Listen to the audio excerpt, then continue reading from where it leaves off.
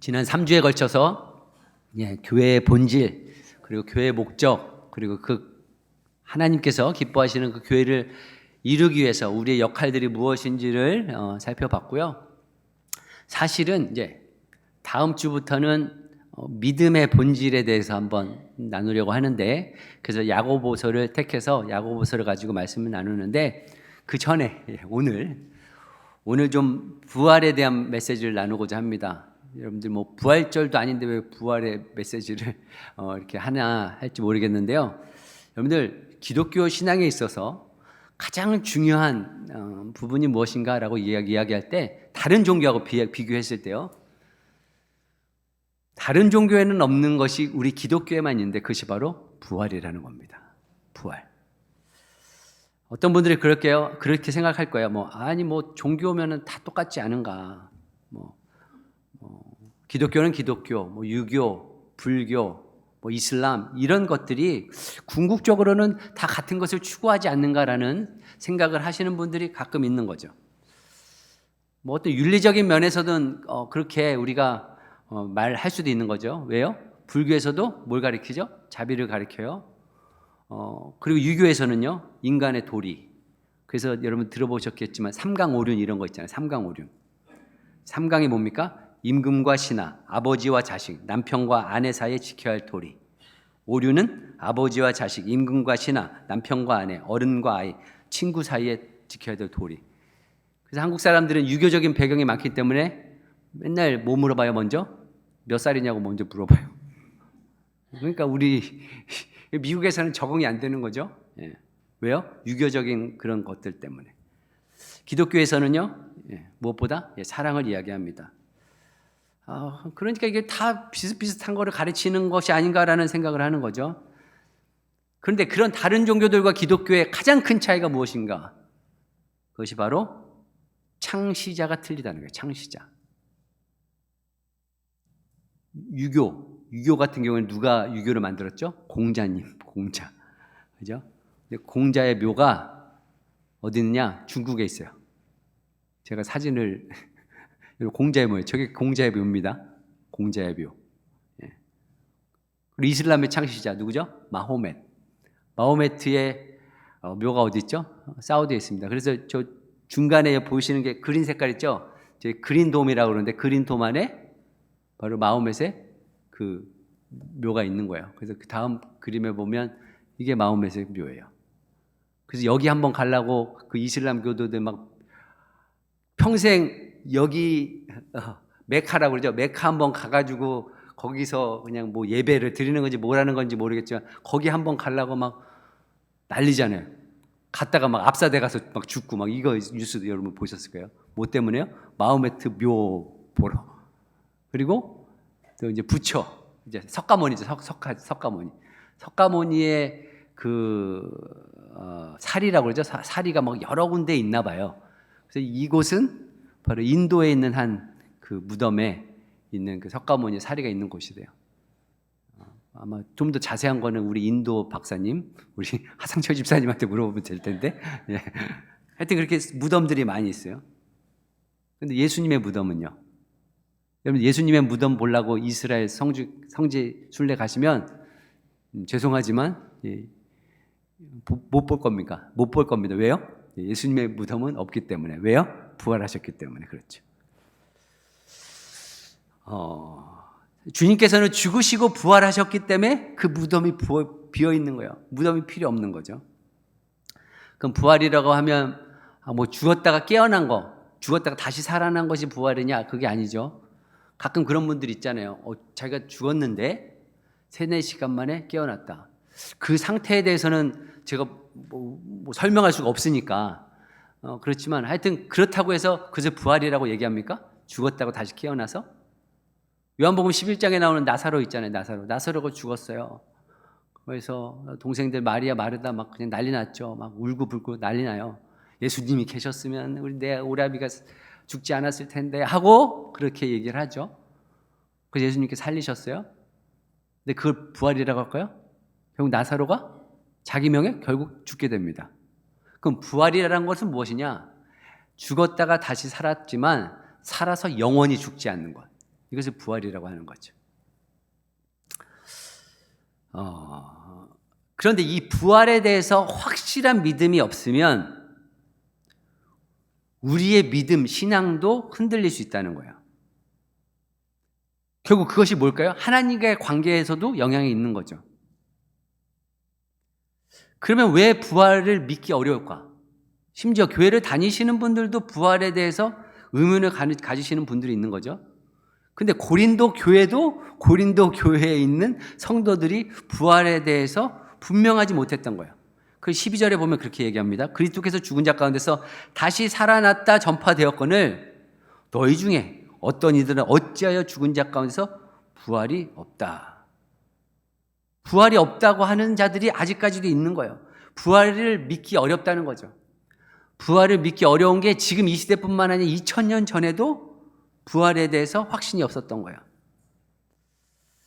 아마 그 사람들은 이렇게 생각했을 거예요. 크리스천들이 다 죽잖아요. 죽는데 죽고 나서 아무것도 없어진다. 흙으로 된다. 그러니까 유에서 그냥 무로 된다 하고 생각하는 사람들은 없었을 거예요. 아마도 죽고 나서 뭐 귀신으로 바뀔래나, 뭐 도깨비로 바뀔래나, 뭐 새로운 어떤 존재로 바뀔래나, 막 그런 생각이 있을지 몰랐겠지만 하여튼 부활에 대해서는 확신이 없었다는 거죠. 그럼 왜 믿기가 어려웠을까요? 육체의 부활을 이야기하니까 믿기가 어려운 거예요. 우리들도 육체의 부활에 대해서 분명한 입장이 없으신 분들도 있을 거예요. 왜요? 우리가 보지 못했기 때문에, 경험하지 못했기 때문에 그런 거죠. 근데 막연 하나만 우리가 죽고 나서 뭔가로 바뀔 것 같긴 한데 하는 분들 있잖아요. 그래서 1세기에 영지주의자들이라고 있습니다. 영지주의자. 이 사람들은 무엇이냐? 이원론인데 물질 세계는 악하고 영적인 세계만 선하다는 이것을 주장하는 사람들이 영지주의자들입니다. 그러니까 영은 선하고 육체는 악하다는 거예요. 그런데 성경에는 육체의 부활을 이야기하잖아요. 그럼 어떻게 육체가 악한데 부활해서 어떻게 선하게 될 수 있냐? 육체 부활은 있을 수가 없다고 이제 영지주의자들이 이야기하는 거죠. 그래서 그 사람들이 이런 이야기를 합니다. 그 사람들이 쓴 글에 이런 이야기를 합니다. 이 사람들은 부활이라는 것을 부인하는 사람들인데, 자, 부활이란 것은 있을 수 없다. 죽은 몸이 어떤 과정을 거쳐 어떤 방법으로 살아남는지 말해봐라. 죽은 자가 살아난다면 어떤 몸을 입을 것인지를 말해봐라. 죽은 육체는 썩어서 흙으로 돌아간다. 인간의 육체만이 아니라 모든 생물의 육체는 썩은 후 분해되어 자연으로 돌아갑니다. 이미 육체는 존재하지 않는다. 그렇다면 부활할 때 몸은 어떤 몸인가? 무에서 유가 창조된다는 말이냐? 부활에 대해서 도전하는 말이에요. 어떻게 악한 그 몸이 어떻게 부활한다 할 수 있겠냐 하는 거죠. 바울이 부활을 강조한 이유가 무엇인가 그러면? 왜 그랬을까요? 믿지 않기 때문에 그런 거예요. 바울이 이렇게 부활에 대해서 이야기했는데도 불구하고 사람들은 육체의 부활, 썩어질 그 몸이 다시 부활한다는 것에 이해를 못하는 겁니다. 지금은요, 신학교에조차도 부활에 대해서, 육체의 부활에 대해서 잘 가르치지 않는 신학교들도 많고 교수들도 많아요. 그럼 부활절에 무슨 메시지 전할까요? 예수님이 부활하셨습니다. 죽음 가운데서 부활하셨습니다. 하지만 왜요? 부활의 신앙에 대해서만 이야기하는 거죠.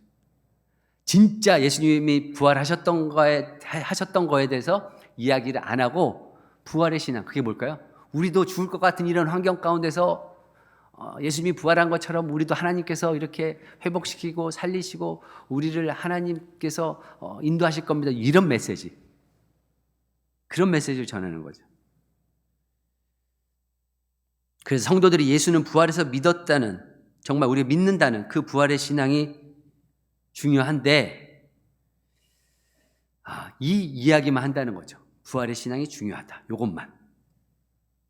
근데 성경은 분명히 우리의 부활할 그 육체에 대해서도 말씀하고 있는 겁니다. 여러분들 만약에 부활이 없다면 어떻게 될까요?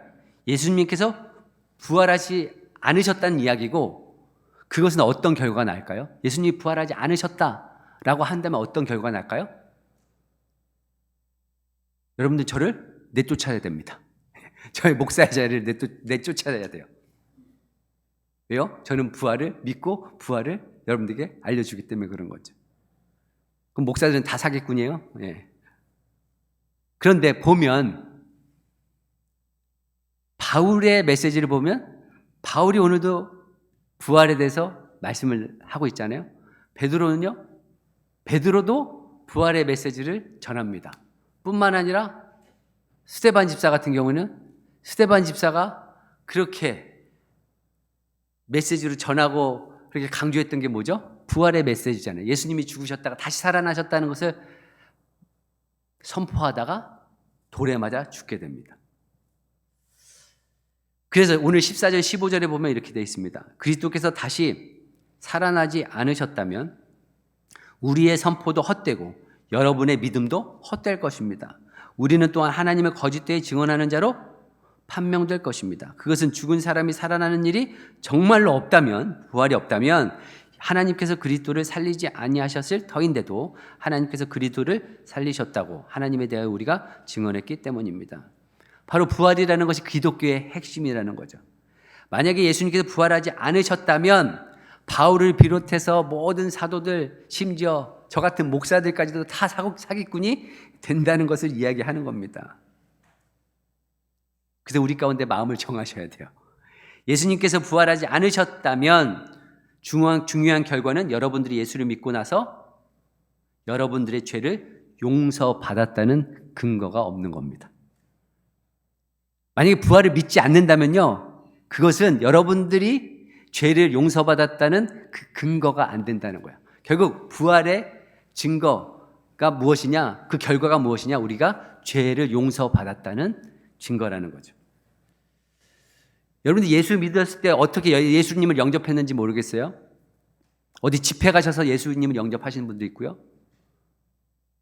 그런 전도 집회 가서 예수를 믿으신 분도 있고요. 사역일을 통해서 예수를 믿으신 분도 있을 것이고, 여러분의 가까운 사람이 복음을 전해서 이렇게 예수를 믿으신 분들이 있어요. 그래서 예수님의 그 복음의 그 메시지를 여러분들이 들으시잖아요. 그리고 그거를 읽어요. 그리고 예수님 믿으십니까? 믿습니다. 그리고 예수님 영접하는 기도 하잖아요. 그 짧은 기도를 해요. 자, 그러면 여러분들 구원받았다는 증거가 어떻게 됩니까? 예를 들어서 얼굴이 검했는데 예수를 영접했더니 얼굴이 막 하얘집니까? 여러분들의 겉모습이 막 뭐가 달라진 게 있습니까? 근데 예수를 믿었다는 증거가 어디 있냐는 거죠. 결국 그 증거가 무엇이냐? 바로 예수님이 부활했다는 그 증거가 바로 우리가 생각할 때 예수님을 영접하는 기도를 했는데 예수님을 믿은 건가 안 믿은 건가 잘 모를 때 그 부활의 증거가 저와 여러분들이 죄를 사해 주시는 그 은혜로 말미암아 우리가 의인되었다는 그 증거가 바로 부활에 있다는 소식입니다. 예수님께서 십자가에 달리셔서 돌아가셨는데 그 다음에 제자들이 어떻게 한 거 여러분들 아시죠?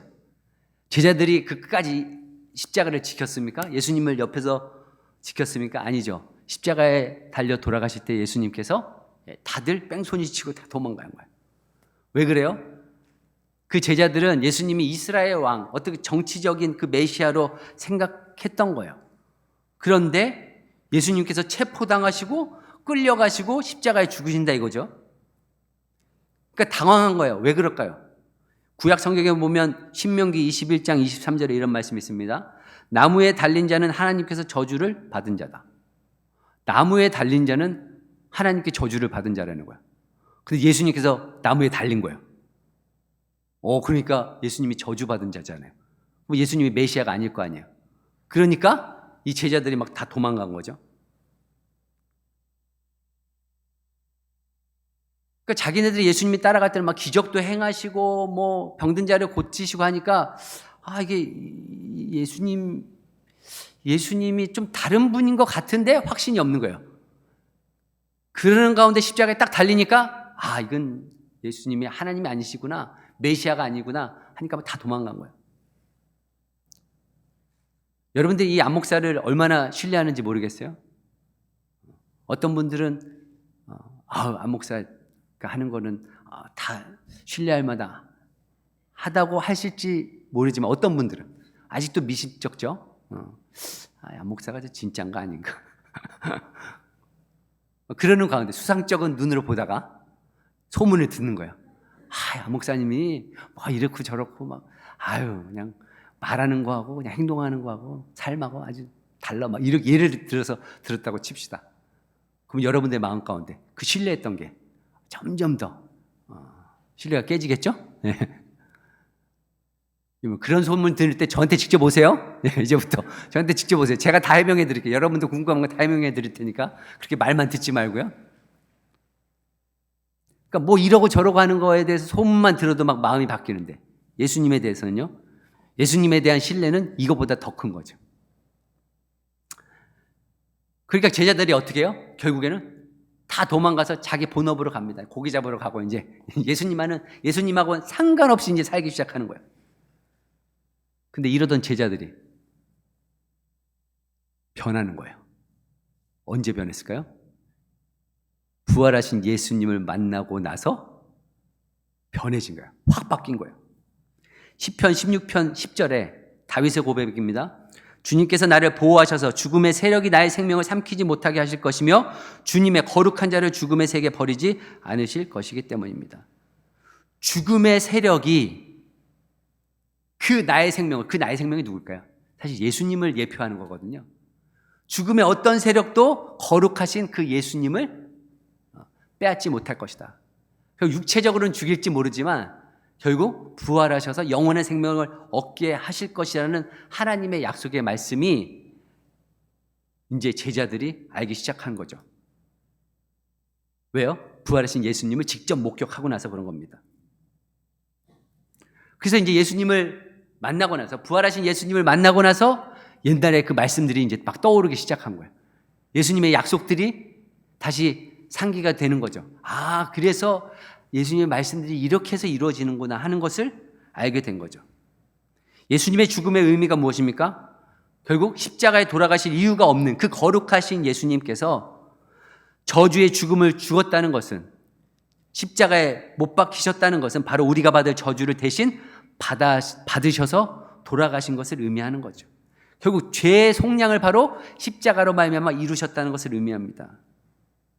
그래서 우리가 예수님을 주님으로 영접하고 모든 죄를 용서받을 수 있다는 확신을 어떻게 가질 수 있느냐 물어볼 때 결국 예수님의 부활의 사건이 있기 때문이라고 우리가 담대히 말해야 될 줄 믿습니다. 그것이 증거라는 거예요. 증거. 그래서 예수님을 3번씩이나 부인했던 베드로. 근데 부활하신 예수님을 만나고 나서 어떻게 얘기합니까? 베드로전서 2장 24절에 그는 우리 죄를 자기의 몸에 몸소 지시고서 나무에 달리셨습니다. 그것은 우리가 죄에는 죽고 의에는 살게 하시려는 것이었습니다. 그가 매를 맞아 상함으로 여러분이 나음을 얻었습니다. 예수님의 죽으심이 그 세상 사람들의 죽음과 같지 않고 그 죽음은 무슨 의미가 있느냐? 저와 여러분들의 죄를 모두 담당하시고 죽으셨다는 의미이고, 부활하셨다는 것은 더 이상 그 죄에 속하 있지 않고 그 죄를 해결하실 수 있는 분이 오직 유일하신 예수 그리스도이심을 우리가 믿어야 될 줄 믿습니다. 그것을 말씀하고 있는 거죠. 그래서 로마서 10장 9절에서도 당신이 만일 예수는 주님이라고 입으로 고백하고 하나님께서 그를 죽은 사람들 가운데서 살리신 것을 마음으로 믿으면 구원을 얻을 것입니다. 그죠? 그러면 예수님께서 정말 부활했는지 우리가 어떻게 알 수 있습니까? 우리가 보지 못했잖아요. 2000년 전에 저와 여러분들은 예수님이 죽었다가 다시 살아나신 그 부활을 보지 못했잖아요. 근데 어떻게 믿냐 하는 거죠. 2가지예요. 뭐요? 첫째는 성경에 예언되어 있기 때문에, 둘째는 예수님의 그 부활을 목격한 사람들이 많기 때문에 그러는 거죠. 그래서 오늘 본문의 15장 3절부터 보면 이렇게 돼 있죠. 나도 전해받은 중요한 것을 여러분에게 전해드렸습니다. 그것은 곧 그리스도께서 성경대로 어떻게 해요? 성경대로 우리 죄를 위하여 죽으셨다는 것과 무덤에 묻히셨다는 것과 성경대로 사흘 만에 살아나셨다는 것과 뭐예요? 성경대로 죽으시고 성경대로 다시 살아나셨다는 것을 알려주고 있는 거죠. 그리고 나서 게바가 누굴까요? 베드로잖아요. 게바에게 나타나시고 다음에 12제자에게 나타나셨다고 하는 것입니다. 그 후에 그리스도께서는 한 번에 500명이 넘는 형제 자매들에게 나타나셨는데 그 가운데 더러는 세상을 떠났지만 대다수는 지금도 살아 있습니다. 그 증거가 뭐예요? 성경에 기록한 대로, 성경의 예언대로 예수님께서 죽으시고 부활하셨다. 둘째는 제자들을 비롯해서 500의 형제들이, 근데 지금도 살아있다는 거야. 예수님을 목격한, 부활하신 예수님을 목격한 자들이 아직도 살아있다는 그 증거를 대고 있는 거죠. 바울조차도요, 사실은 바울은 직접 보지 못했잖아요. 근데 다메섹 도상에서 부활하신 예수님을 만난 거예요. 바울의 고백이 뭐죠? 그 외 모든 사도에게와 맨 나중에 만삭되지 못하여 난 자 같은 내게도 보이셨다라고 사도 바울이 고백합니다. 그러니까 예수님께서 부활하셨다는 것은 많은 증인들이 있는 거예요. 그래서 그 성경에 나와 있는 많은 증인들을 통해서 우리가 그래서 믿게 되는 거죠. 여러분들은 UFO를 믿으십니까? UFO. 외계인. 믿으세요? 믿는 분들이 있더라고요. 믿는 분들이 있어요. 그래서 그거를 막 유튜브 같은 데 막 찾잖아요. 외계인이 살아 있는가 보면서 봤다는 사람 막 증언들 하고 이러잖아요. 그런데 그 UFO나 외계인을 증명하기 위해서 자기 목숨을 내놓고 순교한 사람이 있습니까? 나는 외계인이 있는 걸 확실합니다. 그렇지 않으면 나를 죽이십시오. 하는 분이 있어요? 없잖아요. 그죠? 그런데 예수의 부활을 증거한 사람들은 다 그 증거 때문에, 자신의 증언 때문에 순교를 했습니다. 목숨을 바쳤습니다. 그래서 칼에 맞아 죽고 십자가에 달려 죽고 돌에 맞아 죽고. 그래서 이분들은 바로 예수님의 부활을 증거한 거죠.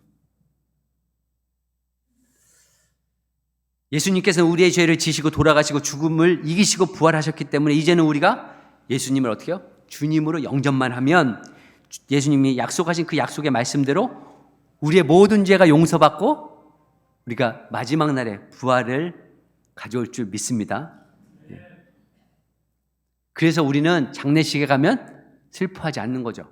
물론 금방 이렇게 함께 있지 못하니까 좀 슬퍼할 수 있지만 우리가 낭망하지 않고 절망하지 않는 이유가 뭘까요?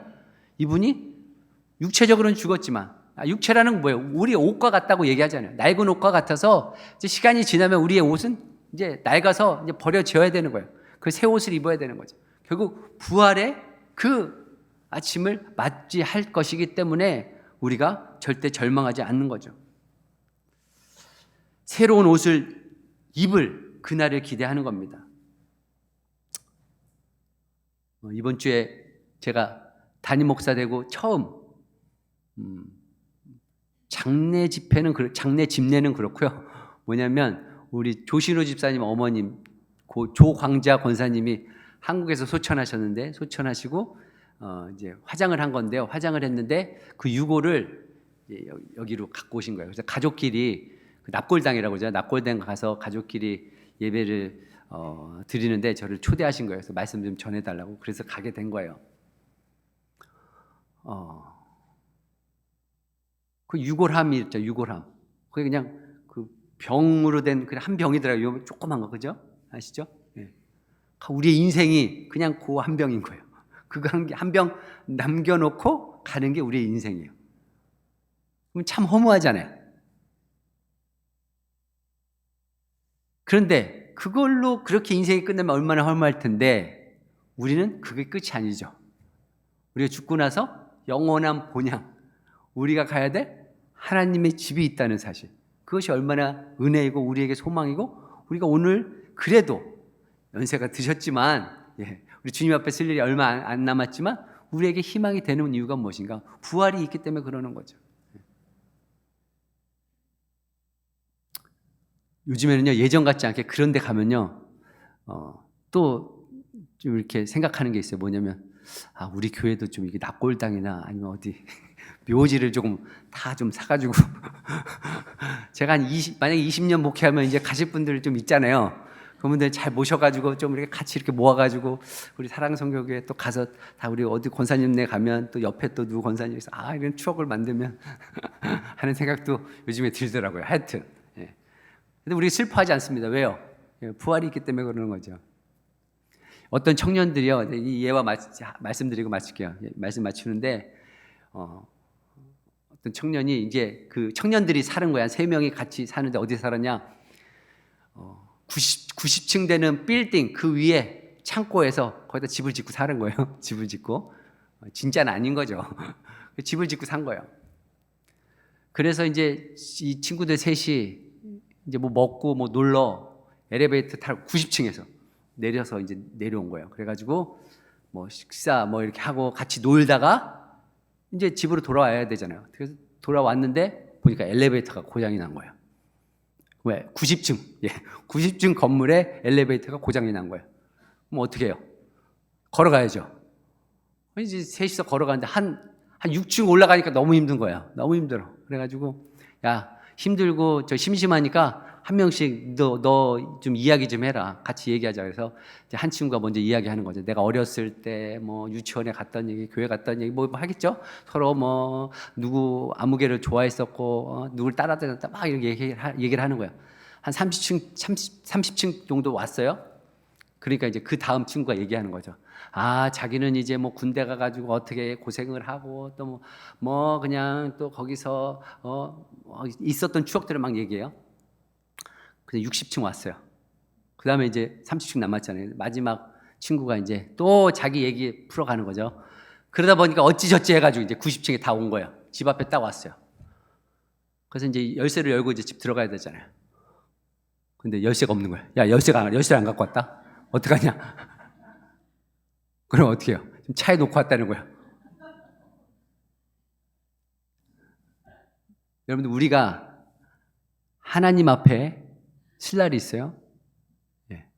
누구도 서지 않을 장담할 사람은 없을 거예요. 그죠? 하나님 앞에 딱 섰어요.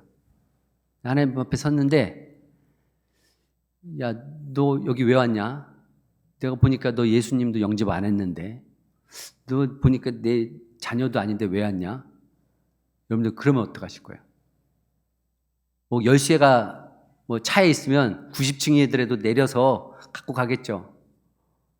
근데 하나님의 나라에서는 그럴 기회가 없다는 거예요.